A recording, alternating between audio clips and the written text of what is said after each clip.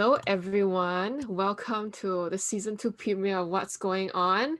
I hope that everyone during this winter storm in the East Coast are bundled up at home. And so we will just start. What's Going On is a podcast series where we have important, relevant, and sometimes difficult conversations to inspire you to start having your own. For today's episode, we are celebrating Black excellence and talking about ways we can uplift our Black peers. Part of what we'll be talking is about Black historical figures whose achievements were covered over by racism and oppression over the years. And as we commemorate by reliving their legacies today, let's be reminded that the same has happened to Indigenous folks, their history, and even their lives. What's Going On is by Suffolk University's Center for Student Diversity and Inclusion in Boston, Massachusetts. Hence, we would like to honor the Meshapi Wapanoa, Akina Wapanoa, Nipma, and the Massachusetts tribal nations whom this land originally belonged. It is imperative to acknowledge the Massachusetts tribe, who historically lived in areas that make up present-day Greater Boston. We honor the diverse tribes, people, and respect their connection to this land. As we discuss today's topic, let us remember to advocate alongside Indigenous community for their rights.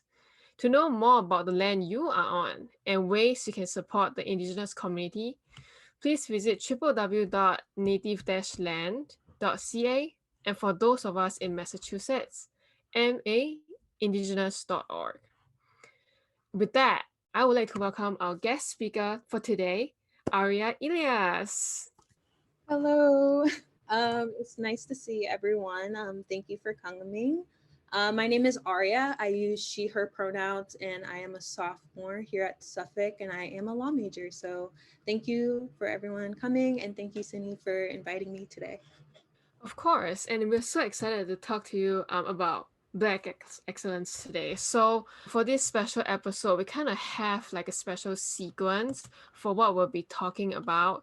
And let's start with talking about Black excellence. So with the recent events that are happening, we know that there is an American history that's being deliberately left out of the textbooks and of our lives, specifically Black history, like with the Wall Street Massacre in Tulsa. And so, in the spirit of resistance, would you like to tell us about the Black historical figures that we should all know about? Yeah, so in preparation for this podcast, I chose 3 individuals.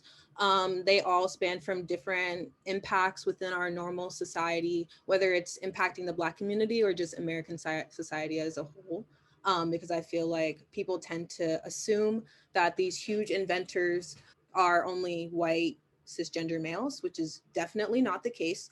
So I chose 3 individuals, one from a more just everyday daily usage product section, one from the STEM or science field, and then one from music. So the first person that I would like to talk about is Madam C.J. Walker. A lot of you guys are probably familiar with her, but if you're not, she was born in 1867 in Louisiana, and passed away in 1919. But she had a huge Black hair care product line, and especially during the 1800s, and even now, there was this idea that hair care products they're like 1D, like they would only apply to everyone's hair and that's it. And even as a young person, before I really got in tune with my hair and how to take care of it, I definitely assumed that any hair care product would work for my hair because there were only white hair care products that only worked for one type of hair, which was accommodating to white hair, which is not the case. There are so many textures, there are so many, styles, and like we have a different hair type, and that's okay, and we need products in order to accommodate to that.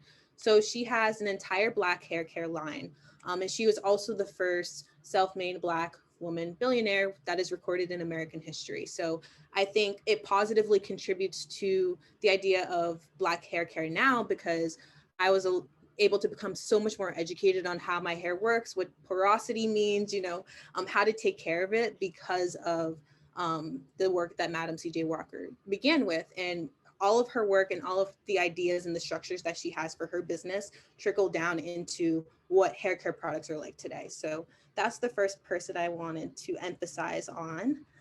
The second one is relating to the field of science. I remember when I was like 5 or 6, I wanted to be a civil engineer. And then I sort of changed my my structures, or what I wanted to do career wise. But I was definitely inspired by Shirley Ann Jackson. She is still alive today. And she was born in 1946 and she's 74 years old. And she's a physicist. So she was the first African American woman to earn a doctorate at MIT in physics. We can definitely understand, because we are a predominantly white institution, that for marginalized communities and more specifically women of color, it is definitely very difficult to go into fields that are dominated by white men. It's seen within the STEM field, it's seen in the field of law. I'm in the law field and I see it every day. There's a form of sexism and racism that you have to deal with in an everyday basis that is almost forcing you to not go into the field. And it's not the idea of like, oh, marginalized communities or BIPOC folk they don't care about these career fields. They don't want to go into these career fields. That's not the case. It's because they're shunned out. They're forced out of the field and they're meant to feel uncomfortable so that they don't even try. So I feel like emphasizing on Shirley Ann Jackson. She earned a doctorate at MIT in physics, and she was the first African American woman to do so. And she has also impacted, the daily uses that we use too, like fiber optic cables, a caller ID, a portable fax. Those are all things that we rely on. We just don't even think about like, where did this come from? It's not always the white men that have these amazing inventions like our textbooks like to portray them as. It's not always white men doing these amazing things. A lot of the stuff Black members of the community have done, and white people get the face of it when it's someone else, or they're just whitewashed and they're not even included in the conversation at all. So that's why I mentioned Shirley Ann Jackson. That was during the time where I wanted to be an engineer, and she sort of inspired me in that sense. And she's been awarded so many things because of her hard work within her field. And then the third person I decided to research was Nina Simone. I wanted to focus on music because the Black community definitely contributes to the culture of music and how it has evolved today. And there's this sort of stereotype that the Black community only likes to make music within certain genres like rap, hip hop, R&B. Those are our only focuses, which is not the case, especially with country music or classical music. There's this idea that only white musicians do that, which is again not the case. And I feel like we have evolved since earlier times in terms of like promoting musicians that are a part of marginalized communities or BIPOC folk especially, but Black musicians as well. But one person I did want to talk about was Nina Simone. She is a favorite of mine. My mom made me listen to her all the time, and she has an amazing voice. She was born in 1933 and passed away in 2003. But she used her voice to not only, express her talents and talk about heartbreak, but she also spoke about the struggles of being an individual within the Black community. So she has this quote, and I like it because she did a lot of classical music, which is sort of out of the stereotype that the Black community are sort of put into in terms of music. So she said, "I had spent many years pursuing excellence because that is what classical music is all about. Now it was dedicated to freedom, and that was far more important." So she used her skills within music to talk about the struggles within the civil rights movement, the Black struggle as a whole, and just was one of many musicians that are talented and have evolved what music is today because of the work of the past. So I did want to mention them. So those are my three specific points. And yeah, I just wanted to bring light to those people because most of you guys will probably know them, which is fine. But some people don't. So it's just good to, recognize those voices too. And it's certainly interesting. I'm not sure if it was something intentional on your part, but the three figures that you mentioned are all Black women. I had actually I had like a list of 5 at first, and I sort of narrowed it down to 3. But I guess that makes sense. I mean, me being a Black woman, I feel like it's really hard. You know, I was raised in an elementary school I was always the minority per se. I was one of like a handful of women of color in my class, and that sort of really this, like, it just didn't really help when it came to my education, because there was a lot of Eurocentric values within my textbooks, like you talked about earlier. And it sort of portrayed the idea of like, there aren't people that look like me that do amazing work and that contribute to Black excellence, or that contribute to American society, or what we see as today. Which was it was really hard, because, but I didn't understand that it was the textbook, and it wasn't it was the authors of the books doing it. It didn't mean that it wasn't true.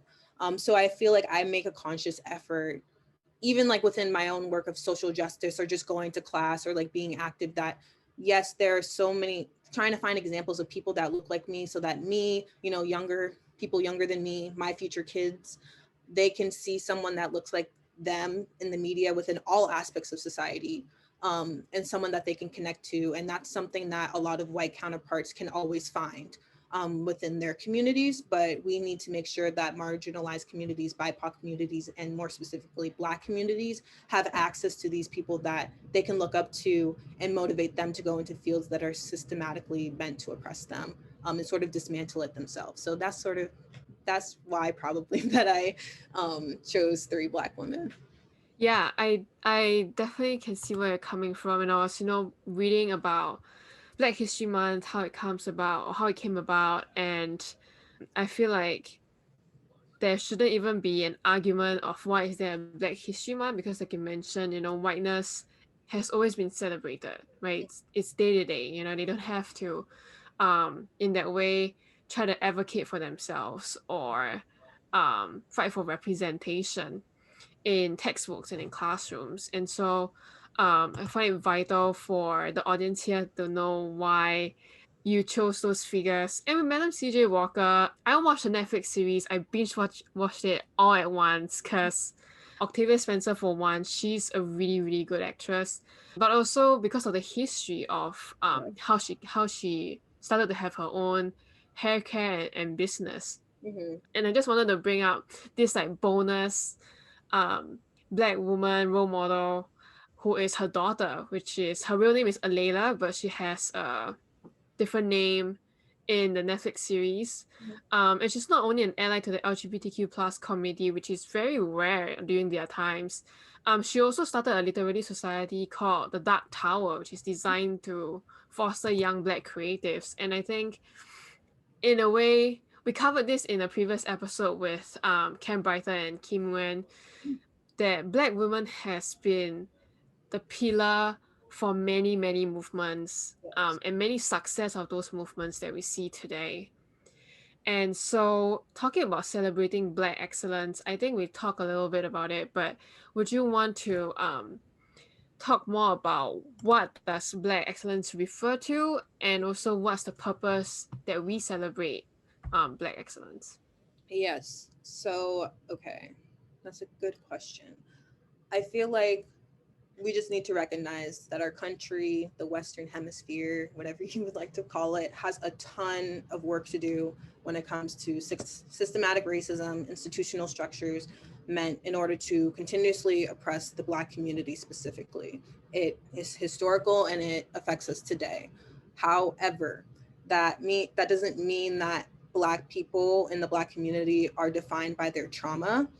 This includes the historical oppression and individual struggles that they deal with from day to day. We're not defined by that.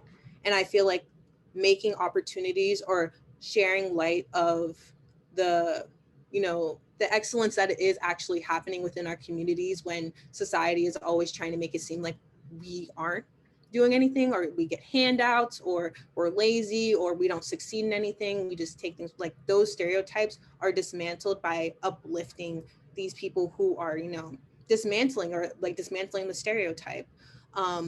They are fighting against, what is set in place in order to make us continuously think that. Because even at 5 years old, I was, in class, like we would have art class, and I would draw myself as a lighter complexion young girl, because I thought that that's what society expected me to do.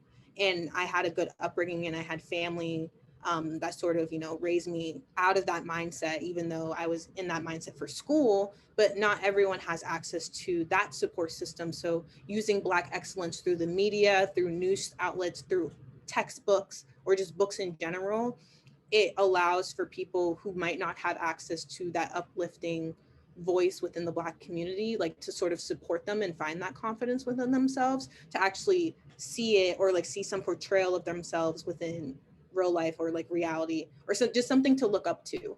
I feel like a lot of Black women lack that too. Or they're just like, yeah, so that's pretty much how I would answer it.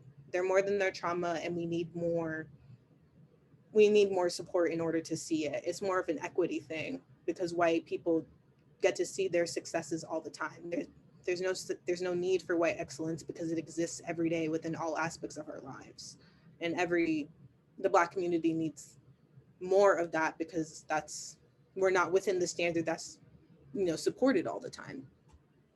Yeah, it's like when you talk about representation, right? That you had an interest in engineering, and when you found Shirley Ann Jackson, it gave you hope, right? It gave you hope that you can do it. You can go to MIT, you can go to the best schools for engineering, and that's the importance of representation and also celebrating Black excellence. And you mentioned that Black women are more than their trauma. Would you wanna elaborate what that actually means? Yeah, so there's a term that I learned pretty early on within my life, and it's called misogynoir. Normally, well, to define it simply, it's a combination of sexism and racism that Black women specifically experience. Um, and it's sort of shown within a multitude of outlets when it comes to any violence that we experience. That these two forms of oppression lays heavy on us, where we hold ourselves responsible, or we have to like hold ourselves to a higher standard than other people because of those stereotypes and oppression outlets. So I guess in or Black women specifically, when it comes to our trauma, there aren't. I guess it's like, yes, we experience those things, but we're more than that too. We have these experiences that we have to deal with on the regular, but that doesn't mean that we're not human, that we don't have other successes that we go through every day. Like, that doesn't mean that we're defined by the things that oppress us. We're human, just like every other individual. Just like you're able to separate some things from others, for other communities, you have to hold Black women to that same expectation, because we can't always be this strong woman, and we can be a successful woman and still experience struggles within our community. So just having those nuances and really understanding that is really important, especially for Black women, because we experience a lot more within the medical field, within a lot of outlets that other communities might not have to experience. But that doesn't mean that we again aren't human and we don't have nuances. So I guess that's sort of what I meant by that too. Yeah, when you talk about the medical disparities, we see that now, right? With not just COVID hitting BIPOC communities, especially Black and Indigenous communities, disproportionately higher than other communities, but also with the vaccines that you are, or rather the Black community is receiving at a lower rate. In fact, I read an article just a few days ago that because there's not much regulation set in place, that white folks are starting to move out of their residences and move into places where there's more vaccines, which tend to be Black folks. And I think I read this article about New York where um the vaccines for for this neighborhood, which is majorly Latin or Latinx, um, were taken over by white folks. And so it's something to keep in mind, that race is not just about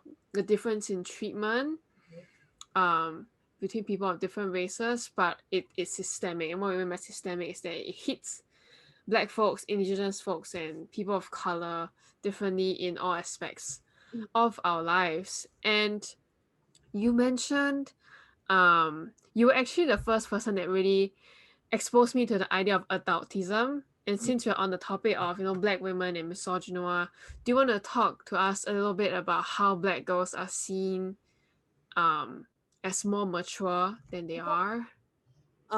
Yeah, so just to define what adultism is, for people who don't know, it's the idea that adults feel like because they have experienced more life in terms of age, that means that younger people, or like young people under the age of 18, however you want to define young people, don't have knowledge on certain topics, aren't educated enough to like fight against something that they feel like is wrong. Like it's just basically an excuse to make people, young people, feel like they're stupid until they actually become adults. That's when they're recognized as someone that's valid. So it takes the validity away from young people. So when talking about Black girls specifically, there's this idea of that there's a lot of research going into it too, but this is just from my perspective. Black girls are seen in a more mature light more frequently than any other ethnicities or races of young girls.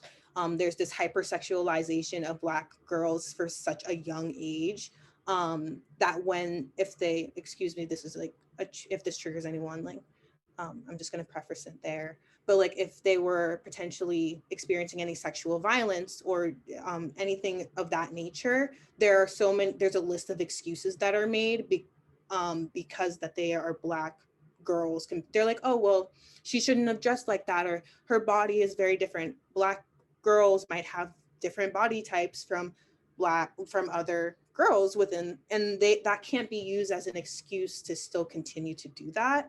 Or when a Black girl speaks up and they're an activist within any type of way and they show, immense amount of passion.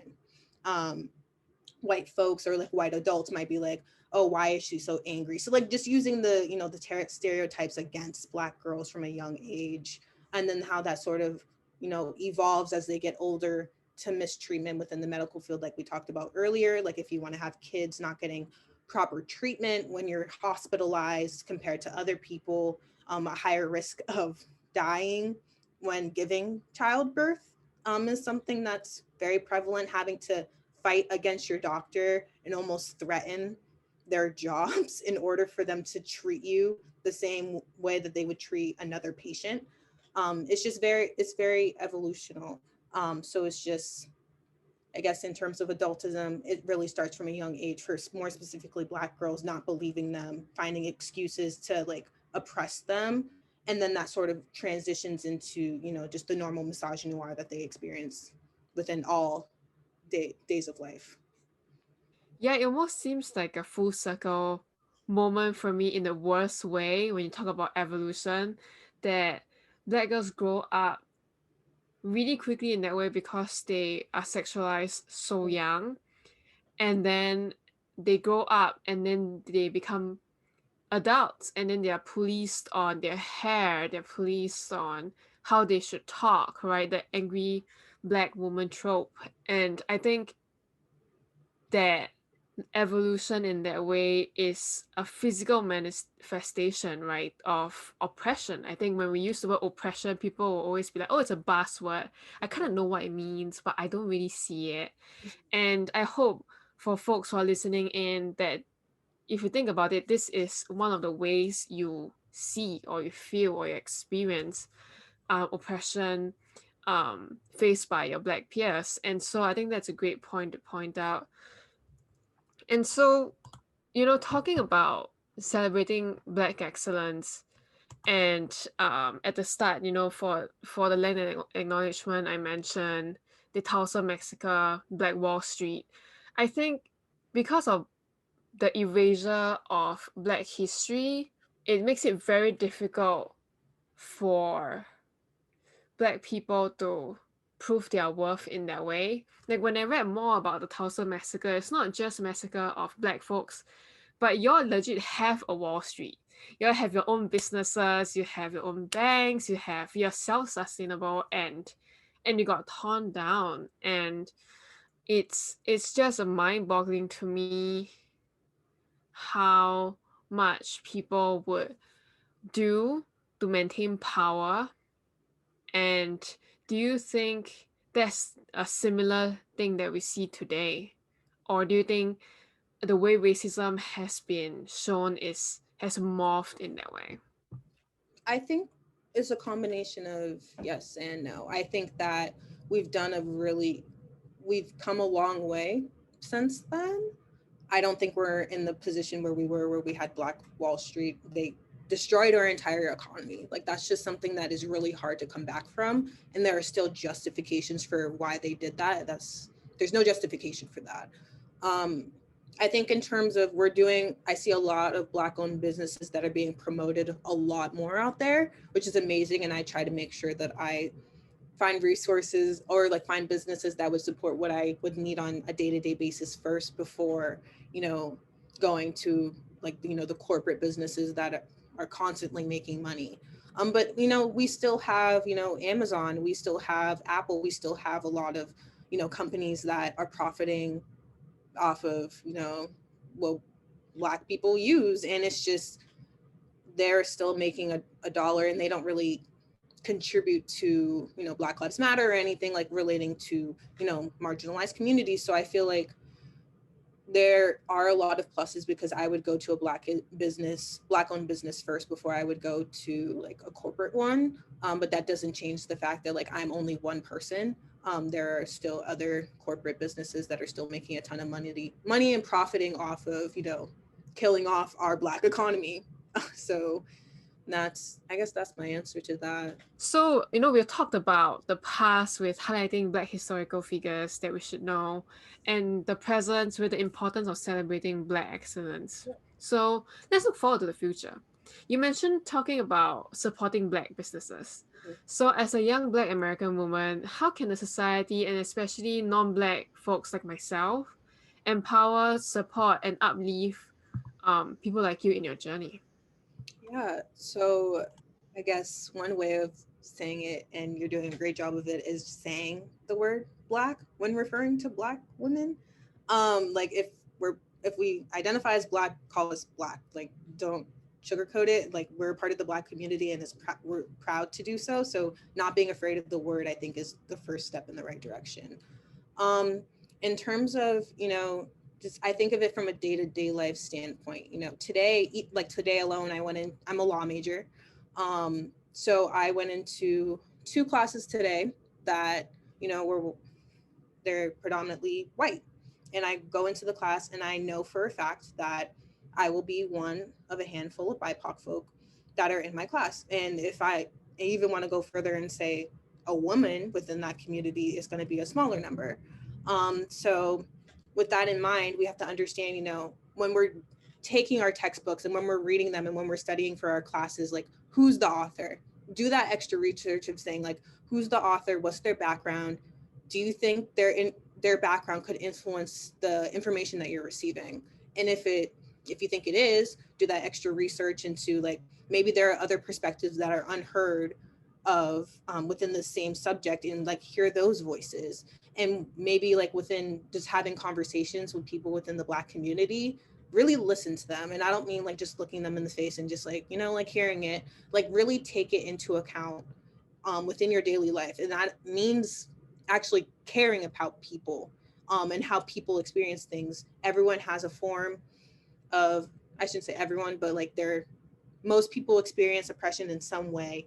How it feels to not feel included or feel valid. So I feel like just taking that same feeling of empathy and applying it to other people, be like, think of other people. Like, if this were to happen to you, it wouldn't feel great. So don't do those same things to other people and not expect them to feel some type of way about it.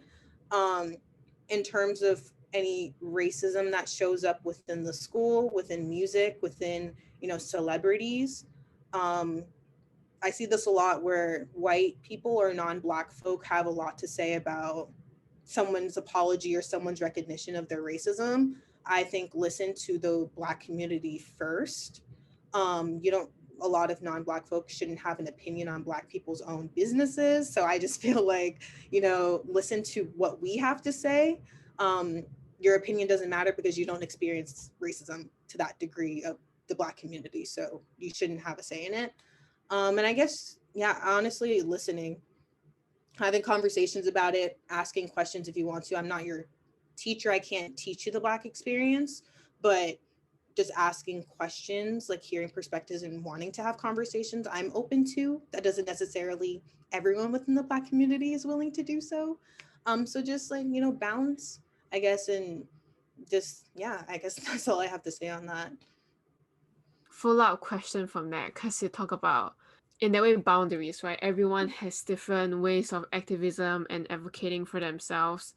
So, there has been a lot of message going out there on social media that, oh, like you mentioned, do your own homework. Don't put the burden and the work on your Black peers. For Mhm. example, asking them about racism and questions like that. You can do your own homework online. And then there's a school of thought that's like, well, we should have a conversation. If Mhm. we don't have a conversation, then how are, number one, non-Black folks gonna learn, and number two, have that interaction and that community and that bonding. So what are your thoughts on these two, in that way, conflicting school of thought?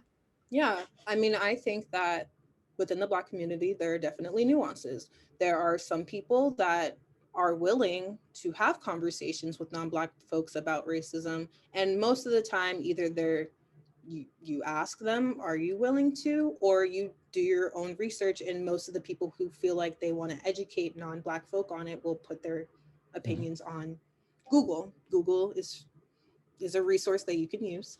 Um, so I feel like it's both, like being like, are you comfortable with this, or like having a conversation about racism. And if you're not, you feel like you're not, like there are some people who don't want to teach you. And sometimes I feel like that too, because, having to consistently advocate for your equal rights because you're Black, it's tiring. And you get burnt out, and I shouldn't have to do anything. I should want, like, I can want to, but I don't have to. So finding a balance, do your own research first if you're non-Black, find resources, and then, but everyone's different. So if people are comfortable, ask the question of, are you comfortable? Don't just dive into a conversation about racism and assume that every Black person's going to feel comfortable having the conversation. So yeah, I think it's a combination of both, because I respect both. I respect, doing your own research, it's there, and also hearing from Black folks if they want to talk about it. And continuing off of that, what do you think about non-Black folks who say, for example, with most recently police brutality? What are your thoughts about people who have this thought that, we can agree to disagree? Mhm. Like, I see, not me, but acting as somebody else who is non-Black and trying to learn, because I oftentimes hear that, they would say, I see that there is a difference, a disparity in treatment between excuse me, Black folks and BIPOC folks, Mhm. and white people with the police and law enforcement. However, the typical arguments like, not all police are bad, and if we don't have law enforcement, who's gonna keep law and order? Do you actually leave a conversation as is, when the person says, well, we can agree to disagree? I agree with the differences in treatment, but I don't think we should defund the police. I don't think we should invest less in the police, and we should just keep it as that. What do you think of those conversations? I think generally it's good to have conversations. I think if you're non-Black, that's just, you need to, before having the conversation, recognize that you have privilege. Just being able to have an opinion on, defunding the police, that's a privilege, because there are people who, myself included, had the age of 8, 9, 10, have to have a conversation with their parents about how to have conversations with the police if you're pulled over. I got my, like, everyone has a point where they get their license. Not every family has to have the conversation of, when you get pulled over by the police, this is what you need to do. Have your hands on the dashboard. Like, not everyone has to have that conversation. So I think when talking about police brutality and saying we have to agree to disagree, there are just some things that you're just not going to experience, period, that I have to endure because I am Black, especially when it comes to with the police. There are historical reasons as to why the police exists today, and why there's this idea of immunity surrounding the police, that they were, slave patrol, like trying to make sure that, like, slaves didn't run away. That was the origin of why the police exists, and it transitions into what it is now. So I think even like being non-black, or more specifically white, and being like, well, we're going to have to agree to disagree about police brutality, and I feel like you shouldn't have to defund the police. Well, I mean, I don't even think we're on the same playing field in terms of having a conversation about police brutality, because you don't have to experience that. So my I don't want to say your opinion is not valid to me, because I feel like everyone should have a right to an opinion, but at the same time, defunding the police doesn't necessarily directly affect you either way. So it's just like hard to like have a conversation about it if they're not willing. I don't know. It's a slippery slope, because it's just like, I'm not we're on two different experiences. We experience two different things. The fact that you even have the ability to disagree with me on that is a privilege in itself, because that means you never had to experience like police brutality in general, or even preparing for a potential moment where you would have to be a victim of police brutality. I seek your opinion because I do think that, it's like a growing pain moment.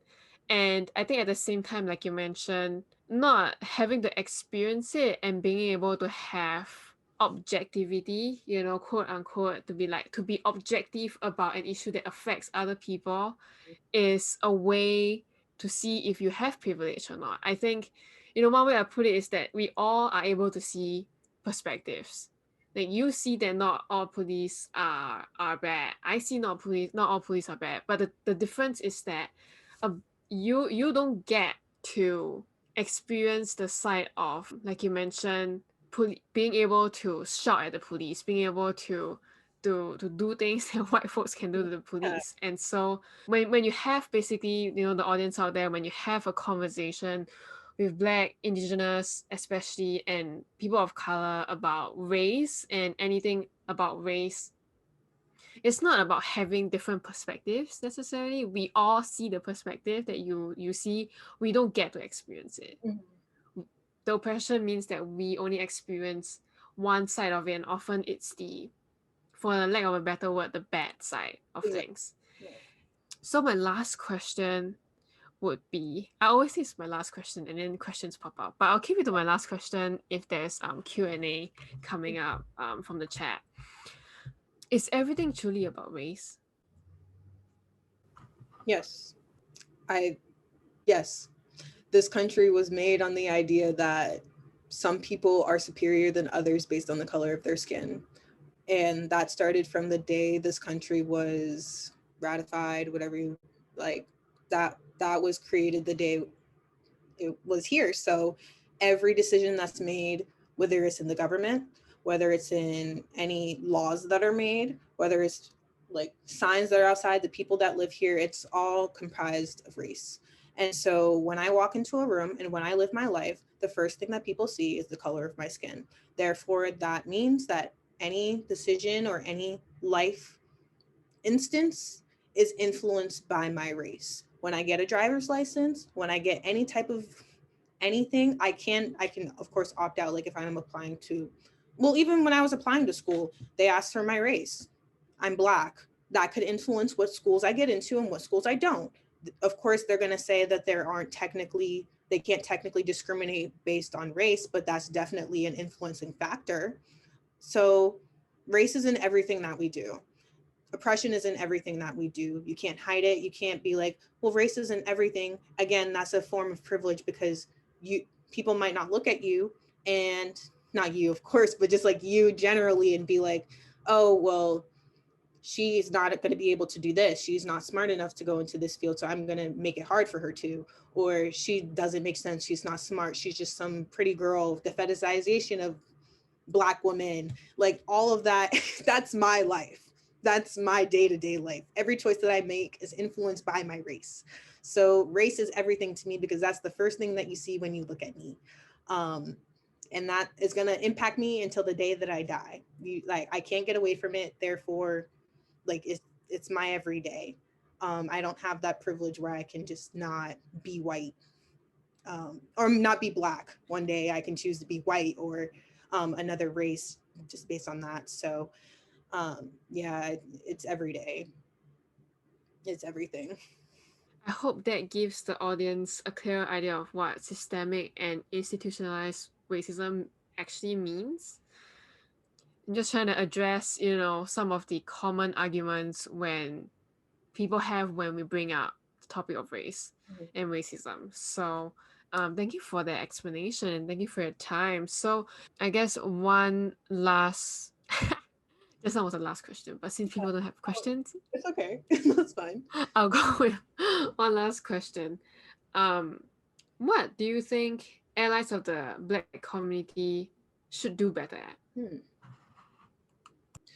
Um, Colorism, and that internalized hatred towards Black women, not accepting certain aspects of the Black community.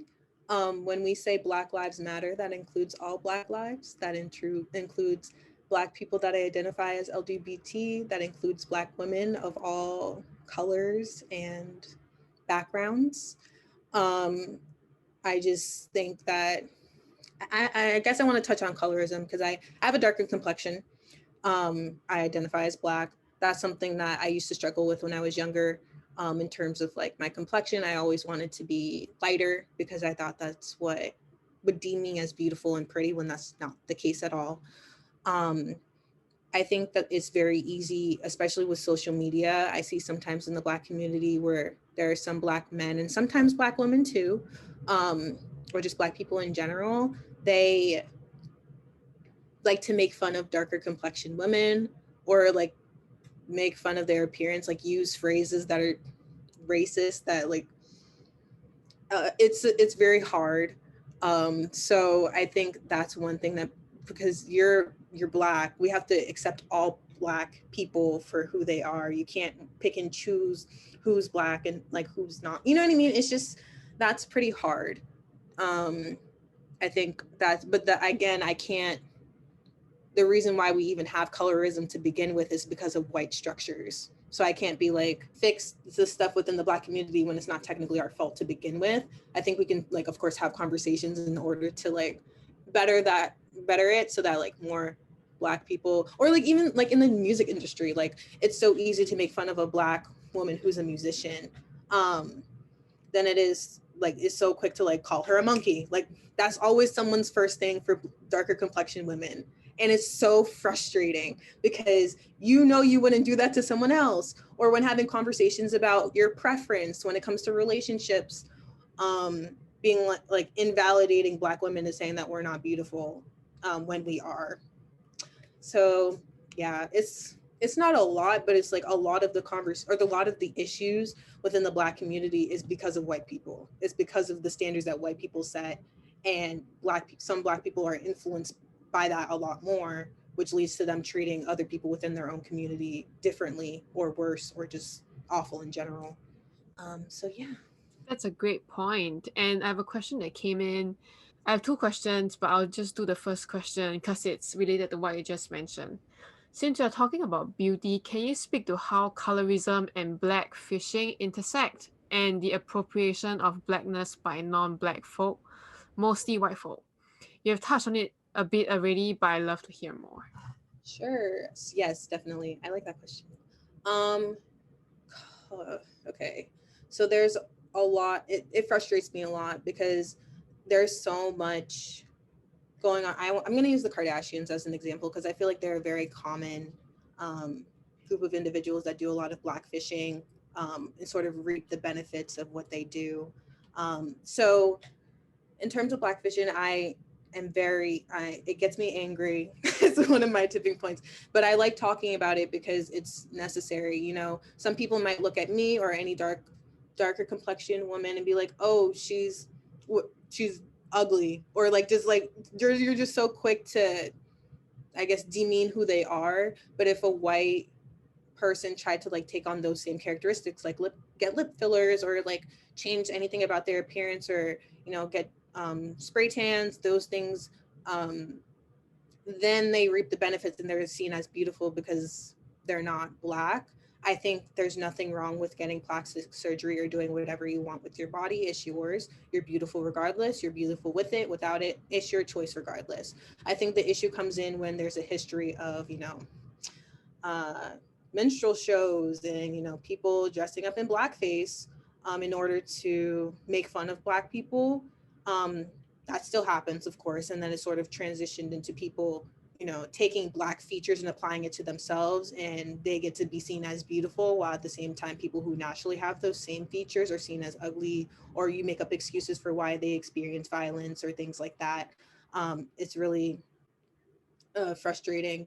So, and especially a lot of these, I shouldn't say all, but a good amount of these people who do blackfishing don't at the same time acknowledge Black Lives Matter or acknowledge racism and how it impacts the Black community. I think they're more focused on like getting more popularity, and they get to profit off of things that others are oppressed by. So yeah, I think colorism isn't cute. I never liked colorism. I just it irks me because I feel like every Black woman, every Black person is beautiful, and using race or racism in a way to like undermine someone's appearance or make someone feel like they're not beautiful is just like, it just irks me. It gets me so mad. Um, but yeah, I guess that's how I would answer it. I like that question. Thank you for asking.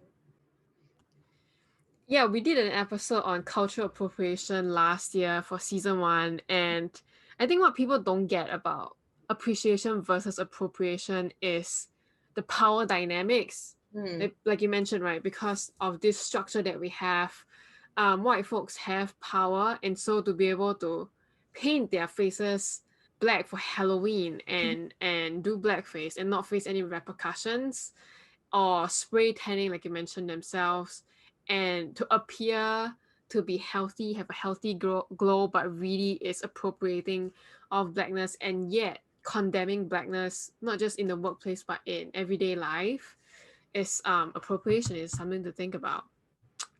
And we mentioned, during our conversation, talking about non-black folks educating themselves before or in conjunction with, of course, with permission, having a conversation. And so we have a question here.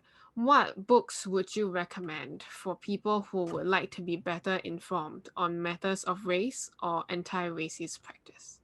Huh, that's a good question. Um, hmm. I'm gonna be completely honest, because I don't, well, like more specifically racism towards the Black community, I don't have like resources that I would like rely on, because I don't technically have to, well, I shouldn't say I don't have to, but because I am Black and I experience it, it's pretty easy to understand like the Black experience because I have it. But I think I mean, I really like Michelle Obama's books. Well, she doesn't necessarily talk about race all the time, but I think she definitely has a perspective that is that's helpful in that. But just like overall, generally, because I don't like I actually experience it. Like I experience racism. I don't have a lot of resources, and I'm sorry. Um, but that's how I would answer that. I'm sorry about that. I guess I'll answer that since I'm a non-black person trying to. Sorry, I kind of, when you answer the question, I kind of realized, okay, that's probably a question I should answer. Okay, so first off, personally, this is my personal opinion. I don't find White Fragility to be great. I think White Fragility, it would be a great book for like people who still don't see color or like don't agree that racism exists and get very defensive when talking about race. But it's not a great book, excuse me, simply because it's a white author. Again, back to Ara talking about the sources, right? Who wrote that book? The author has had a history of benefiting off this book that is supposed to dismantle the system. You can read on more about that, and basically I'm also hearing from my black peers that they personally do not agree with using white fragility as anti-racism material. So that's one book I want to put out there that I personally don't prefer. Other books I recommend that can replace that would be Me and White Supremacy, How to Be Anti-Racist. I think that book and So You Want to Talk About Race.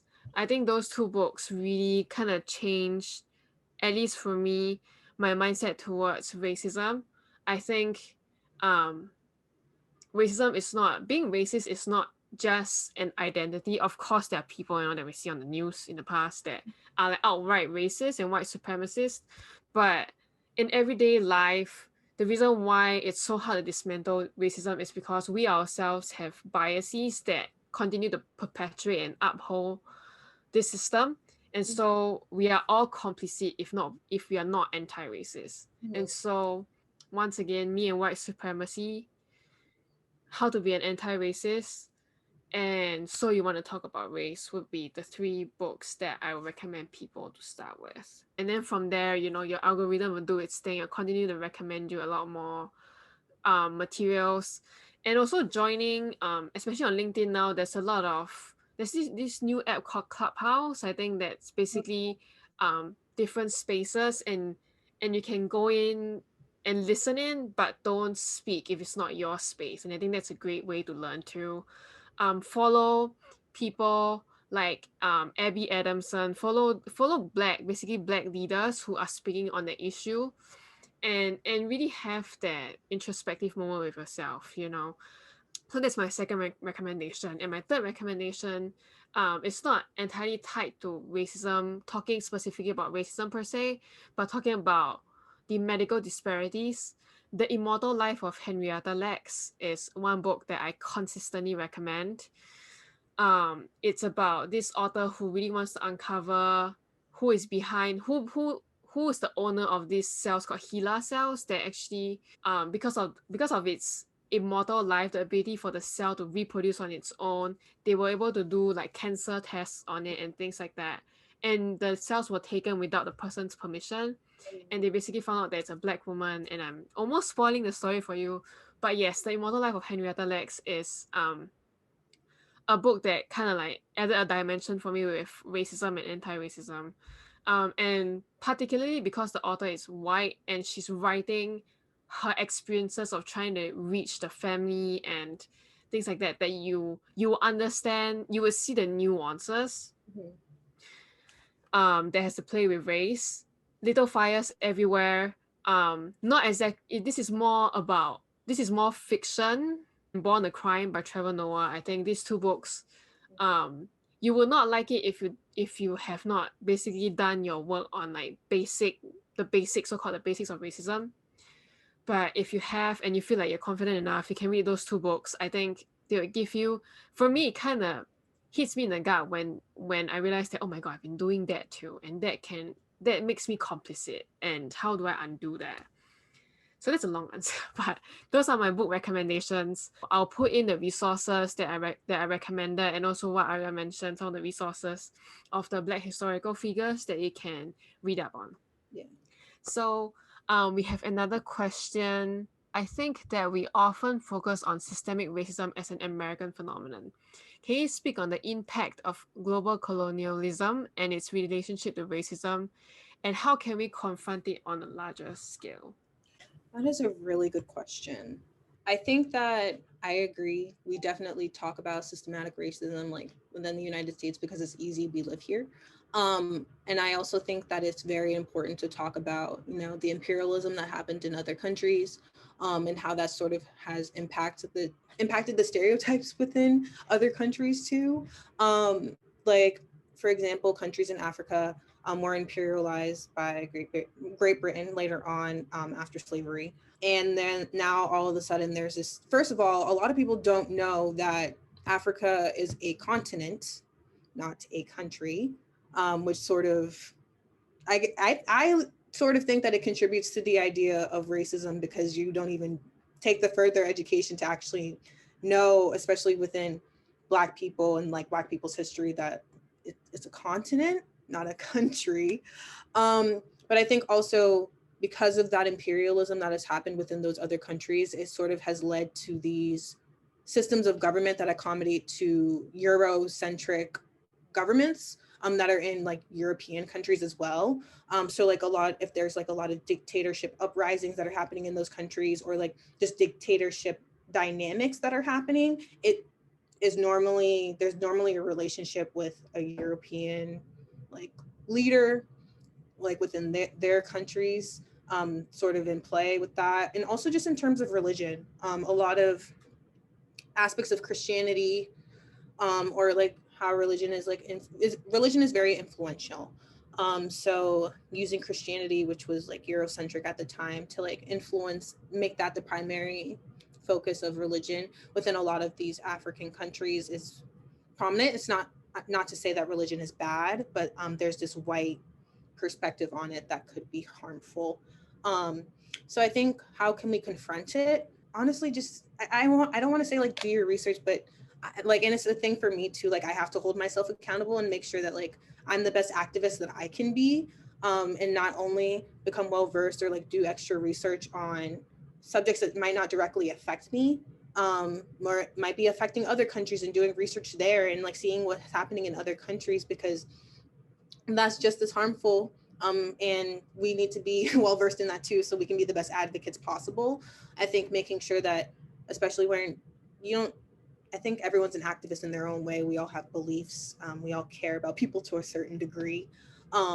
Just doing that extra research, just fighting for it. Like I think that, especially, it's very easy to advocate for communities that directly affect you. Like if you identify with a community, it's easier to advocate for yourself, because it's easier to advocate for yourself if you don't necessarily. But I think, again, just doing the research on experiences that don't directly affect you, or that you don't identify with, is really helpful, so that like you can still bring light to a lot of issues that are negative that might not affect you too. I don't think I answered your question fully, but that's the best way I can answer it. I think that's a big question, right? How can we confront it on a larger scale? I think, like what Arya said, it's very important to be involved in your current community.